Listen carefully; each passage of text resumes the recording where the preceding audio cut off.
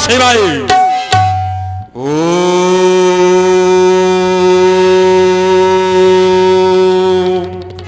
नमः शिवाय। ओम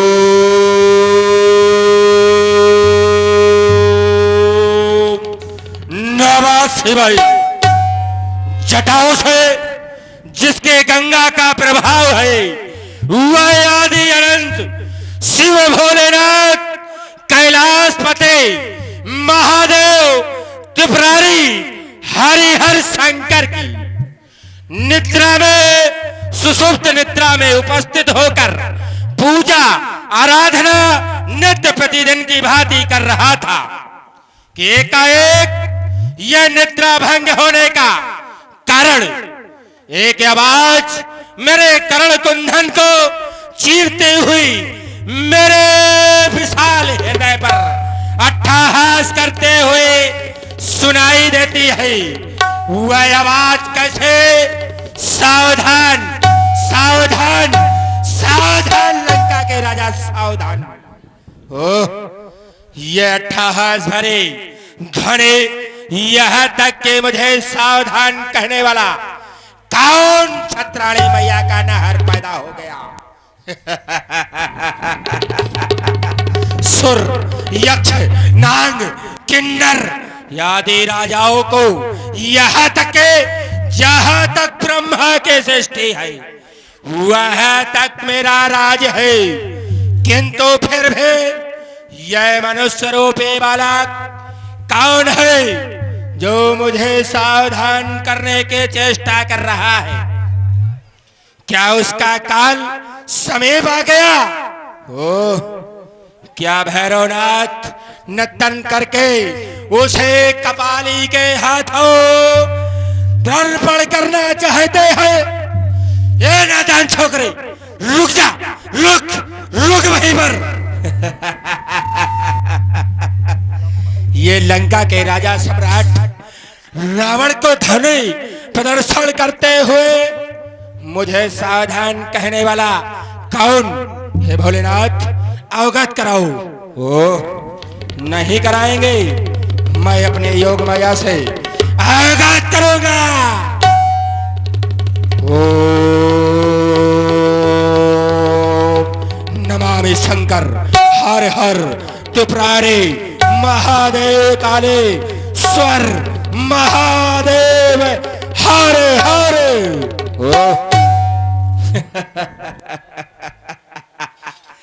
रचा स्वयंवर सीरत ध्वजने सम्मुख काल में ना लाने को, लेकिन सीरध्वज ये तो भूल गया कि मैं जिसका युगों से प्रतीक्षावान हो वह तुझे पहले तेरे सम्मुख नहीं आ सकता, क्योंकि वह आएगा तो ये लंकाधिपति रावण के सामने आएगा, क्योंकि इस रावण ने धर्म का पाला छोड़ के अधर्म की सीमा पर खड़ा होकर इतना अत्याचार किया, उसे विवश कर दिया उस लोक से इस लोक पर आने के लिए।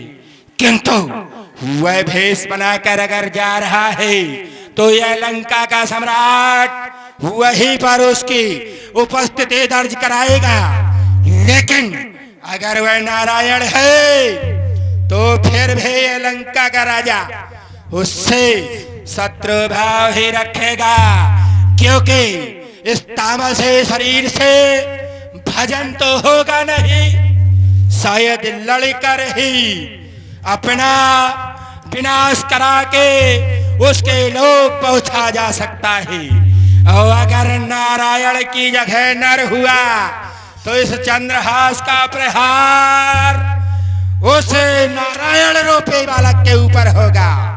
लंका के प्रतिहारी मेरा पुष्पक विमान सुसज्जित करो और लंका के सभी संपूर्ण व्यवस्थाएं सुसज्जित रूप पर तुम्हें चलानी है, इसका भार मैं तुम्हारे ऊपर सौंपे जाता हूँ।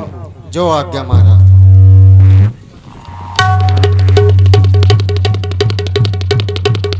शिवाय ओम नमः शिवाय ओम नमः नमः शिवाय। ओम त्र्यंबकं यजामहे सुगंधिं पुष्टिवर्धनम कुर्वारुक्मियो बंधनात् मृत्यु मोक्षी अमामृतः। जय जय जय शिव शंकर, जय जय जय अखिलेश्वर, जय जय जय भूतेश्वर, जय जय जय शशि शेखर, पार्वती पति हर हर हर महादेव। हे भूत भावन भगवान शंकर, आज यह दास आपके चरणों में अपना ध्यान समर्पित कर रहा था, लेकिन अचानक आपके चरणों से मेरा ध्यान विलग हो गया। शिवाकांत, कारण क्या है?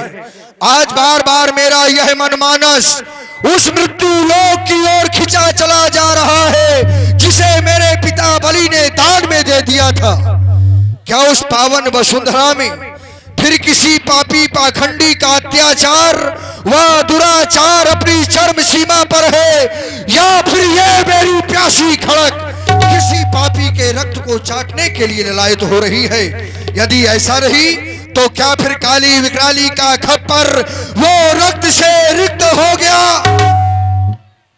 या ये पावन वसुंधरा पुनः लहू से तृप्त होना चाहती है? कारण क्या है शिवाकांत? हे भोलेनाथ, विदित करावे ये तूफान उठी आधी, ये पत्ते के समडोल उठी क्यों? मेरी अचल समाधि भंग होने का कारण क्या है शिवाकांत? बार बार मेरे श्रवण रंध्रों में ये सावधान सावधान सावधान शब्द की प्रवृत्ति करने वाला कौन? अरे कौन है वो सिंघनी का सपूत जिसने आज अपने काल को आमंत्रण दिया है? ये कौन कर रहा त्रहास? ये कौन कर रहा त्रहास? किसने छोड़ी जीने की आस? ये कौन कर रहा त्रहास? या आदि शक्ति ने शक्ति छोड़ी, या फिर वाहन, ये वाहन उनका गुर्राया, या शिव ने नेत्र तीसरा खोला, या पड़ गया प्रभंजन का मंद प्रकाश? ये कौन कर रहा त्रहास? सावधान हो जा, सावधान हो जा त्रहास करने वाले।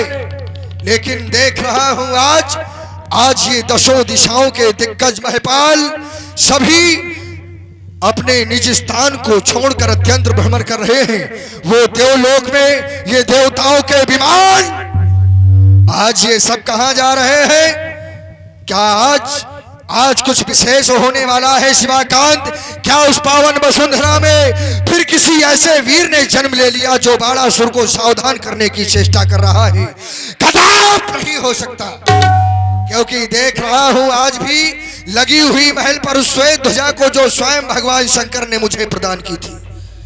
तो जब तक मेरे महल पर वो श्वेत ध्वजा है, मुझसे कोई युद्ध भी नहीं कर सकता। फिर कारण क्या है? कारण आप ही ज्ञात करावे शिवाकांत, आप ही ज्ञात करावे।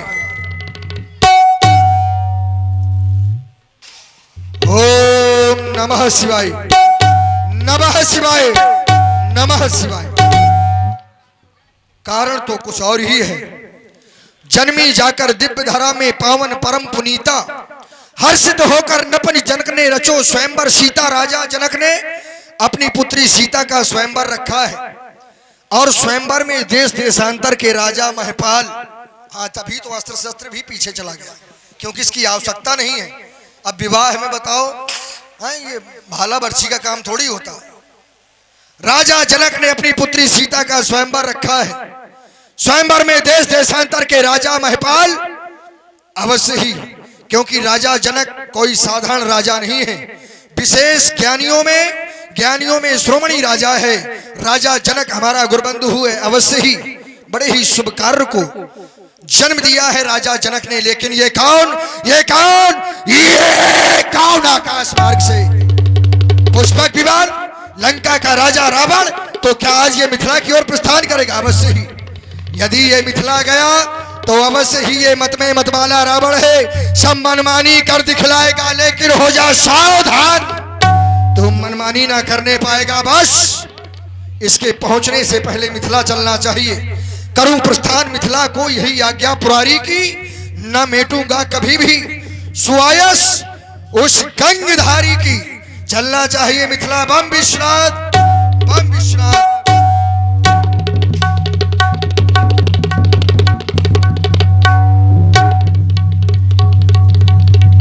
मिथिला पहुंचा। देख रहा हूं बलि वेदिका पर स्थापित भगवान शंकर के पावन पिनाक।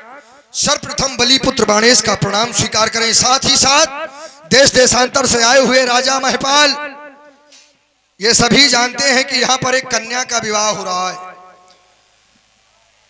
और ये भी सब जानते हैं कि जहां पर कन्या का विवाह होता है वहां पर धर्म का कार्य माना जाता है। कन्या के विवाह में यदि कोई सहयोग नहीं करता तो चाहे जितना बड़ा विरोधी हो, विरोध भी नहीं करता, वो चाहे शत्रु क्यों ना हो, ऐसी भावनाएं आज भी पाई जाती हैं। तो इस धर्म के कार्य में, राजा जनक के इस पुण्य कार्य में कोई भी राजा या फिर कोई भी वीर किसी भी प्रकार के अनुचित कार्य को करने की चेष्टा ना करे। यदि जिसने भी ऐसा किया तो सावधान, सावधान, सावधान। हेलो, क्या यही है वो मिथिला जहां सुना करता था कि गार्गी जैसे महिलाओं को ऋषियों की उपाधि पर रख दिया गया? क्या यही है वो मिथिला जहां सुना करता था कि यहाँ के नर नारियों को भी संतों की उपाधि दे दी गई? क्या यही है वो मिथिला जहां सतानंद जैसे आचार्य और तो और यहाँ अष्टावक जैसे आचार्यगण, सतानंद जैसे कुलाचार्यगण के होते हुए भी ये राजा जनक क्या मूर्खों की भांति कार्य कर रहा है? ओह भगवान भोलेनाथ के पावन पिनाक, मेरा आपको प्रणाम स्वीकार हो। हे भगवान भोले के नाथ के पावन पिनाक, गौरा मैया के हाथों सुसज्जित होने वाले, नंदी के सींगों पर सुसज्जित होने वाले भोलेनाथ के पावन पिनाक, मेरा प्रणाम स्वीकार हो। लेकिन आपको देखकर आज वह दिन याद आ गया जब इस सृष्टि पर त्रिपुराधीशों का बहुत ही दुराचार व्यक्त हो रहा था, दुनिया में हाहाकार मचा था। तब महात्मा दधेच ने अपने अस्थियों का समर्पण कर देवताओं को दिया, उससे आपका निर्माण हुआ, यहाँ तक कि उन त्रिपुराधीशों का वध हुआ। आज वह सृष्टि यहाँ से वहां तक चल कर आ गई, आपको देवराज के हाथों सौंपा गया, कहा गया कि पूजन करो। लेकिन राजा जनक आज ये क्या करने वाला है? आपकी हत्या करने पर उतारू हो गया। स्वयंवर और धनुष खंडन में अंतर होता है, लेकिन आप चिंता न करें, इस रावण के होते हुए आपका कोई भी अनहित नहीं कर सकता। इसलिए इस रावण के खुली चुनौती है, इस धनुष को कोई भी हाथ ना लगाए, और अगर कोई हाथ लगाएगा तो वह रावण के चंद्रहास का अग्रहण भाग से उसके ग्रीवा का खंडन कर दिया जाएगा। बहुत सुंदर। आते ही इनकी घोषणा हो गई, और जिसने भी कहा है बड़ा ठीक कहा है कि युद्ध भूमि में वही लड़ेगा जिसका बड़ा कलेजा है, और बातें उतनी वही करेगा जिसके जितना भेजा है। चलकर मिलना चाहिए। वेदाध्यायी कंचन नगरी के सम्राट कुलभूषण श्री दशानंद जी, जय जय भगवान शंकर की।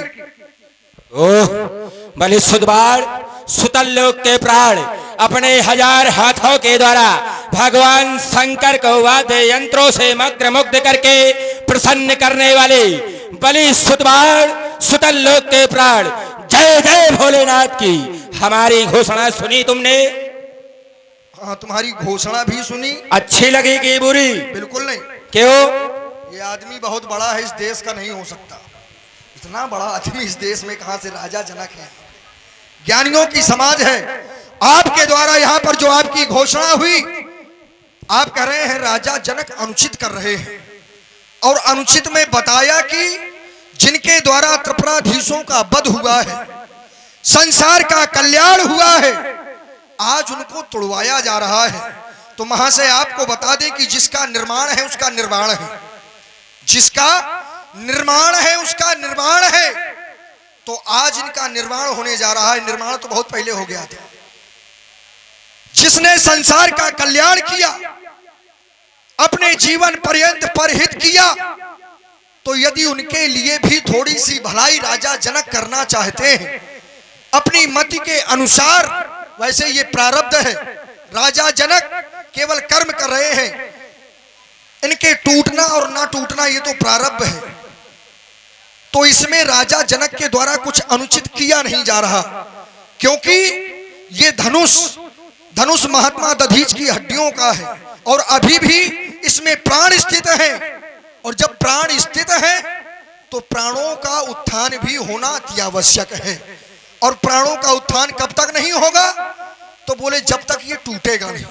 और जब ही टूट जाएगा तो इनके प्राणों का जो आत्मा अभी भी समाहित है, जीव है, उनका तरन तारण हो जाएगा। तो इनका कल्याण काहे में है? टूटने में कि ना टूटने में? टूटने में है। तो राजा जनक मतलब अच्छा कर रहा है। क्यों? जब कल्याण टूटने में है तो राजा जनक कार्य ठीक कर रहा है, ये बिल्कुल साफ साफ बात है।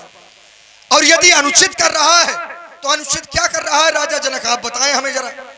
वाह, आते ही आते बड़ बोलेपन की बात है। 16 दूनी 8 और राजनीति का पाठ। वाह, कह रहे हैं इनको तुड़वा कर महात्मा दधीच की आत्मा को मुक्त किया जा रहा है। चलो एक बात मान भी ले आपकी कि मुक्त किया जा रहा है, लेकिन किंतु आप किसी की आत्मा अगर अपने से मुक्त हो तो उसको मुक्ति कहा जाता है, किंतु अगर उसको तोड़कर या हत्या कर या मार कर किया जाए तो उसको हत्या कहा जाता, ना कि मुक्ति। ये हत्या हो रही है। आपने कहा जिसका निर्माण हुआ है उसको विध्वंस होना जरूरी है। चलो, मकानों का निर्माण होता है, पुराने हो जाते हैं, तोड़ दिए जाते हैं, लेकिन मूर्तियों का निर्माण होता है, शिवालयों का निर्माण होता है, शिवलिंग की स्थापना होती है। मंदिर तोड़कर बनाया जा सकता है, लेकिन शिव को तोड़कर, शिवलिंग को तोड़कर नया नहीं बनाया जा सकता। इसी प्रकार इसकी भी स्थापना हुई, पूजन अर्चन हुआ, आज उसी को तोड़ने पर उतारू है। राजा जनक को देवव्रत के द्वारा सौंपा गया, राजा जनक के पूर्वजों को देवरात को सौंपा गया। देवरात के द्वारा, इनके पूर्वजों के द्वारा जनक के पास आता रहा और ये कहा गया कि पूजो, घर बैठे भगवान मिलेंगे, ना कि तोर मरवामे पर मिली है। कौनों का कोई चीज अगर सौंप दी जाए तो वह वापस भी ली जा सकती, ना कि उसकी हो गई। कोई किसी की जमीन दे दी जाए तो वो जोत सकता है, लेकिन उसको बेच नहीं सकता। इसी प्रकार इसका पूजन हेतु इसे सौंपा गया था, इसको पूजा जाए ना कि तोड़ा जाए। अच्छा, आज क्या इनकी पूजा नहीं हुई क्या? क्यों नहीं, आज पूजा नहीं हुई उनकी। पूजन किया गया, बलवेदी पर चढ़ा दिया गया, एक बकरे की नहीं। बेमतलब की बात करते हैं, बलवेदी है। बिल्कुल, ये बलवेदी है। बिल्कुल। क्यों इसको बलवेदी नहीं कहा जाए? क्यों नहीं कहा जाए? विमल वेदिका रुचिर सवारी। अच्छा, ये विमल वेदिका है और इस पर पूजा हुई है, ये बल वेदिका नहीं है। विमल वेदिका कह रहे हैं, सुनो। अरे हमें क्या सुनो, इसे पढ़ो। चलो मान लिया जाए, तो मानना पड़ेगा भाई। लेकिन नहीं, सुनो, अगर जहां किसी बकरे को टीका मंदरा पूजा करके बैठा दिया जाए वेदी में, तो अगर हलाल करेगा है तो क्या हो जाए? अच्छा, बल वेदी ना, इसका मतलब है कि तुम बल और विमल में अंतर नहीं समझते हो। विमल वेदिका में इसका खंडन नहीं होना चाहिए। रुचिर सवारी, विमल वेदिका रुचिर सवारी। रुचिर माने सुंदर, विशेष, सवारी माने बनाया। विमल ये धर्म का कार्य है भाई। और बलिवेद का कहा थी जहां पर किसी की हत्या की जाए, मैंने दो शब्द कहे थे। मैंने कहा था ना कि जिसके जितना भेजा, अरे सुनो, जिसके जितना भेजा है, मैंने कहा था निर्माण और निर्वाण। निर्वाण, यदि तुम निर्वाण का तात्पर्य जानते होते, उस शब्द पर ध्यान दिया होता। निर्वाण माने क्या होता है पता है? चलो नहीं पता होगा, हम बता रहे। निर्वाण माने होता है मोक्ष, और निर्माण माने होता है बनाना। मतलब क्या? बात तो वही पहुंची ना। सुनो, जैसे किसी भवन का निर्माण किया जाए तो वो हो गया निर्माण, यानी बनाना। और निर्वाण, यदि उस वस्तु का मोक्ष हो जाए उसे कहते हैं निर्वाण। तो राजा जनक के द्वारा निर्माण करवाया जा रहा है। निर्माण पहले हो चुका था। और ये तो सिद्धांत भी है कि जो जन्मा सो निश्चय नासा, और जो नासा सो पुनः प्रकाशा। तो इसमें बताइए अधर्म कहाँ है? फिर सबसे अच्छी बात तो ये कि जिस समय महात्मा दधीच ने ये हड्डियां देवताओं को दी, कामधेनु गाय से उस अपनी देह का चाटन करवाया, तो उनकी पत्नी सुवाचा ने ये दृश्य देखा कि अभी जीवित प्राण ले लिए। अब इनका तरण तारण कैसे होगा? क्योंकि जीव जब तक ये शरीर में होता है तो शरीर के माध्यम से परमात्मा की प्राप्ति करता है। इसी वजह से कह दिया गया कि साधन धाम मोक्ष कर द्वारा। ये साधन, शरीर साधन है, और जीव है जो वो परमात्मा का सानिध्य प्राप्त करना चाहता है। तो अब शरीर तो रहा नहीं, ये अचल हो गए, लेकिन प्राण अभी भी है। तो सुवाचा ने पूछा, देवताओं ने आश्वासन दिया कि आप भयभीत ना हो। परहित के कारण इन्होंने अपनी देह का परित्याग किया है, और जब परहित के कारण किया है तो त्रेता के चौथे चरण में जब परमात्मा का अवतार होगा, तब उन्हीं के हाथों के द्वारा इनका खंडन होगा और इनके प्राणों को मोक्ष प्रदान हो जाएगा। तो बताइए इसमें अनुचित क्या है? और वहां धनुष के बड़े हितैषी बने घूम रहे हो कि मेरे रहते धनुष को कोई हाथ ना लगाएगा, रुक जाओ, कोई तोड़ ना पाएगा, कोई बुरा ना कर पाएगा। बुरा तुम कर रहे हो कि राजा जनक कर रहा है? अच्छा, अरे नहीं, तुम बताओ। ये कहाँ लिखा है कि भगवान ने ये कहा क्या? कि इसको तोड़वाया जाएगा तभी मोक्ष प्राप्त होगा? अच्छा, कैसे होगा? तो ये है? कैसे होगा? धनुष है, हाँ। बहुत समय तक भगवान शंकर ने चलाया। अच्छा। भगवान शंकर के बाद देवराज को दे दिया गया। किस लिए? अब सुनो, धनुष है, अपने मन से तो चल नहीं सकता। हाँ। और तुम कह रहे हो त्रिपुराधीशों का वध हुआ।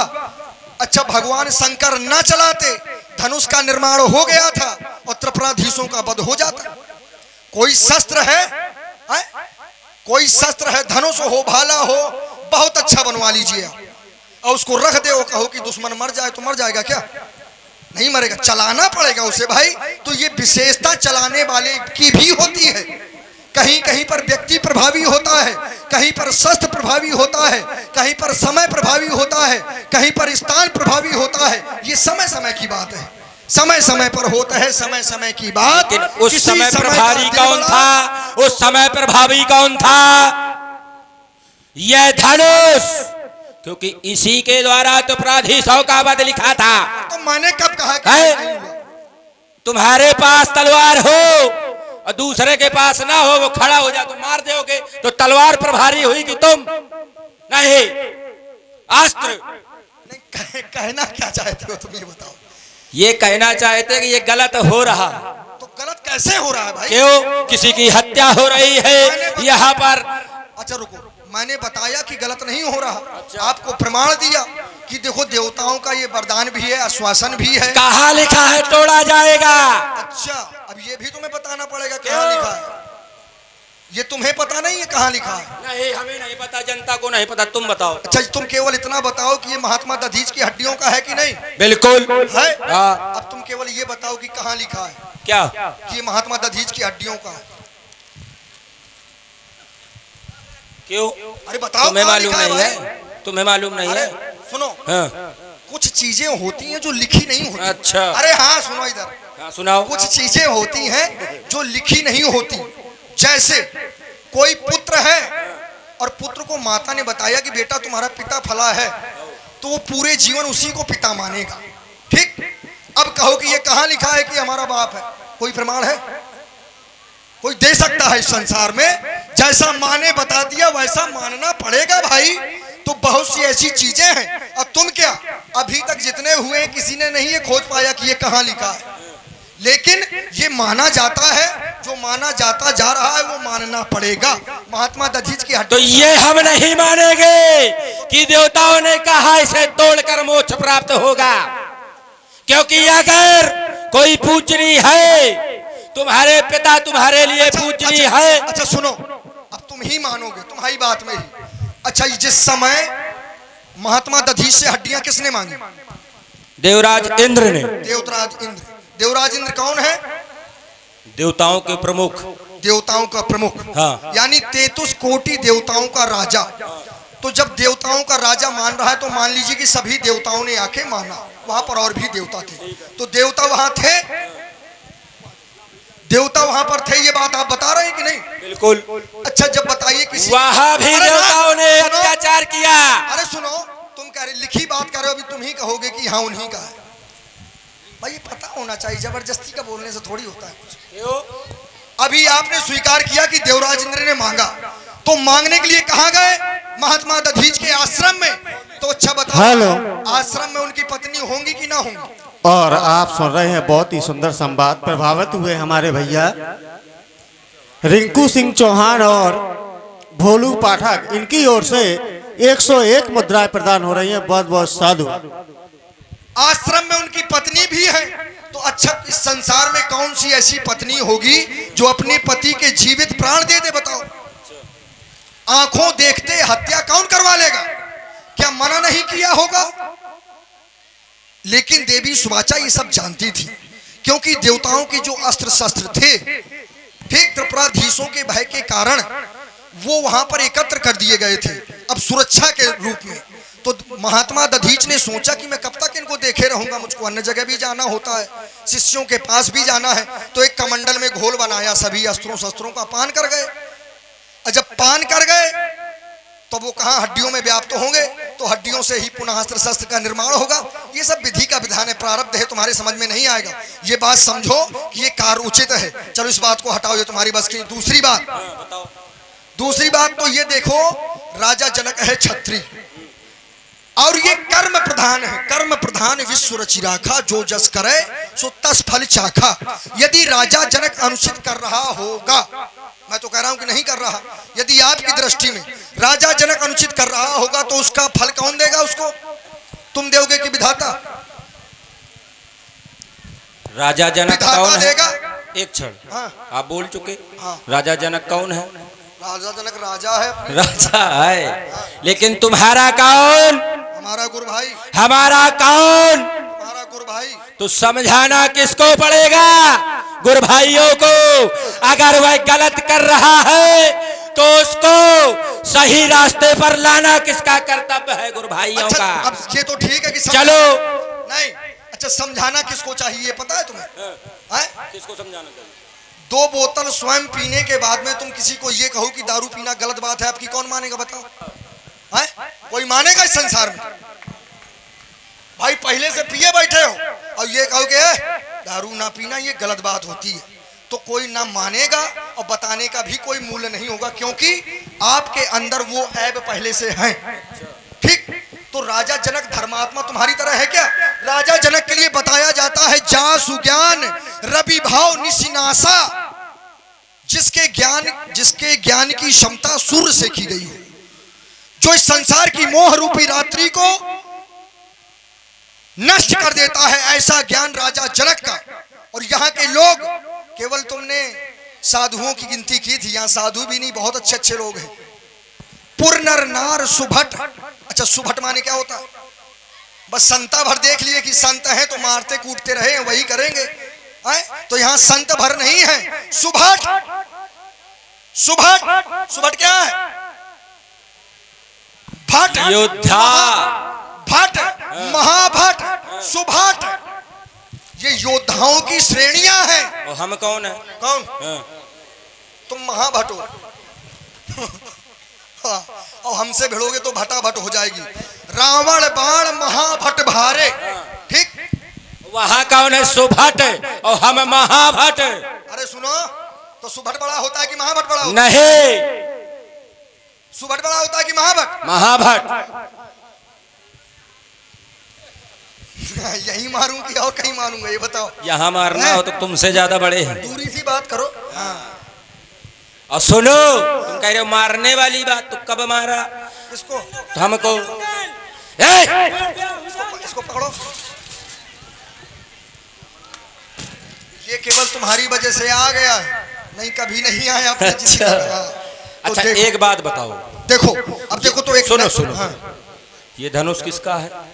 अरे किसी का हुआ नहीं पहले सुनो, हाँ। तुम बोल चुके हो। जब दूर से बात करो पहले। ये धनुष किसका है? दूर से बात करो। मूर्ख है वो, समझ में आ रहा है। ये धनुष किसका है? धनुष है भगवान शंकर का। चलो मान लिया, तुमने माना तो सही। और भगवान शंकर के तुम कौन हो? शिष्य।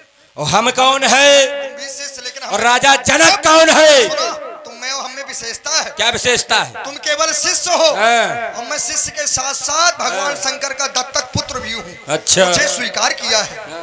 माता पार्वती ने मुझे वरदान दिया है कि मुझे कभी बुढ़ापे नहीं आना। हाँ भाई, ये माता पार्वती का वरदान है। भगवान शंकर ने स्वयं मुझे पुत्र रूप में स्वीकार किया, तो अधिकार मेरा ज्यादा कि तुम्हारा? अच्छा, अरे भाई, बिना मतलब की बातों का कोई ज्यादा बड़बड़ाने की बात मत कर, वरना ये धर आएगी धरने और सीना तेरा फट जाएगा। ऐ बाली के पुत्र, अभी के अभी इस चंद्रहास के द्वारा शमशान तू जाएगा। कभी मारा है किसी को? कितनों को मारा? हम तुम्हारी क्रूरता की कठिन धारा मोड़ देंगे। ये मध में भरा मस्तक तुम्हारा, इसको भी हम फोड़ देंगे। अरे वो पर नारियों की हरण करने की पड़ गई आदत तुम्हारी, तो कोई नारी ही बनेगी मृत्यु का कारण तुम्हारी। सौभाग्य की सीरत ध्वज तुम्हें ब्राह्मण समझकर छोड़ देंगे, लेकिन व्यवस्था इधर नहीं है। हम तुम्हारी क्रूरता की कठिन धारा मोड़ देंगे। अब मान जा बलि के पुत्र, वरना तुम्हारा यमपुर से नाता जोड़ देंगे। और नहीं मानेगा तो नस नस तुम्हारी क्या करोगे? तोड़ देंगे। नस तोड़ी जाती है इसमें? बिल्कुल नस तोड़ पाओगे? बिल्कुल। अरे तो फिर खुला बख्श तुम करो बार। मिथिला में होगा बुरा हाल, दिखला लो जोर जवानी का। और हो छाती में बाल अगर है हो छाती में बाल अगर, तो फिर ये झेलो वार कपाली का। अगर अकेले डर लगता हो लंकापुर संदेश पठा दे। बेटा इंद्रजीत बुलवाले, भाई कुंभकर्ण जगवाले, फिर ना कहना सबर नहीं थी। उस बाणासुर को खबर नहीं थी। हाय हाय कुछ कर ना पाया। हाय हाय हाय हाय वालों के साथ में रहते हो ना। हाय हाय कुछ कर ना पाया उस बाणासुर बलशाली का। और हो छाती में बाल, तो फिर झेलो बार कपाली का। ये बलि सुदबार, अकेले हम ही काफी है। तेरा खानदान तो खानदान, तेरा पूरा ये साम्राज्य इस चंद्रहास से डरता है। अगर तो कहता बुलवा लो, तो जाओ बलि को बुलवा लो, माता अपनी बुलवा लो। फिर ना कहना खबर नहीं थी, रावण तुमको सबर नहीं थी। हाय हाय चिल्लाएगी तेरी माता, इसलिए कहता हो नहीं धनुष कर्षण होगा। और अगर धनुष कर्षण होगा तो चम चम चमकेगी ये चंद्रहास, महाकाली का नर्तन होगा, लाशों के लग जाएंगे ढेर, लेकिन धनुष कर्षण नहीं होगा। तो आज धनुष कर्षण होगा, ये चमचम चमकेगी चंद्रहास, और बाणों का वर्षण होगा, ये आज धनुष कर्षण होगा। यदि नहीं धनुष कर्षण होगा तो ये लोथों के लग जाए ढेर, और वो रणचंडी का नर्तन होगा। ये चटक चटक के चंद्रहास कर्तव्य पूनम दिखलाएगी। और नहीं मानेगा तो आज निपुति तेरी मां हो जाएगी। मतलब की बात करता है। ये कटिक कटीली के कंठन के काटबे को कर में कृपाण काट से विकराल है ये। कहो कार कर्तव्य तज करोगे क्या? करी हो बरबंड बाण सभा माही दे दंड, ये खंड खंड कर दूंगा तेरे बीसों भुजाओं को। मैं विषधर विष की चाह नहीं करता, और तुझे मारूंगा फूकार तो तू चला जाएगा स्वर्ग लोक। इसलिए कहता हूं बछुआ मान जाओ, क्यों बाप को निपुता बनाने पे तुले हो, भाग जा यहाँ से। अच्छा, इसकी फुंकार से मैं स्वर्ग चला जाऊंगा? हैं? बताओ, जो स्वयं नरक में पड़ा हो वो फुंकार से स्वर्ग भेज देगा? अच्छा, स्वर्ग में कौन होते हैं? देवता। और देवता कहाँ पड़े? मेरे कारावास में। सुनो, स्वर्ग कोई स्थान थोड़ी है।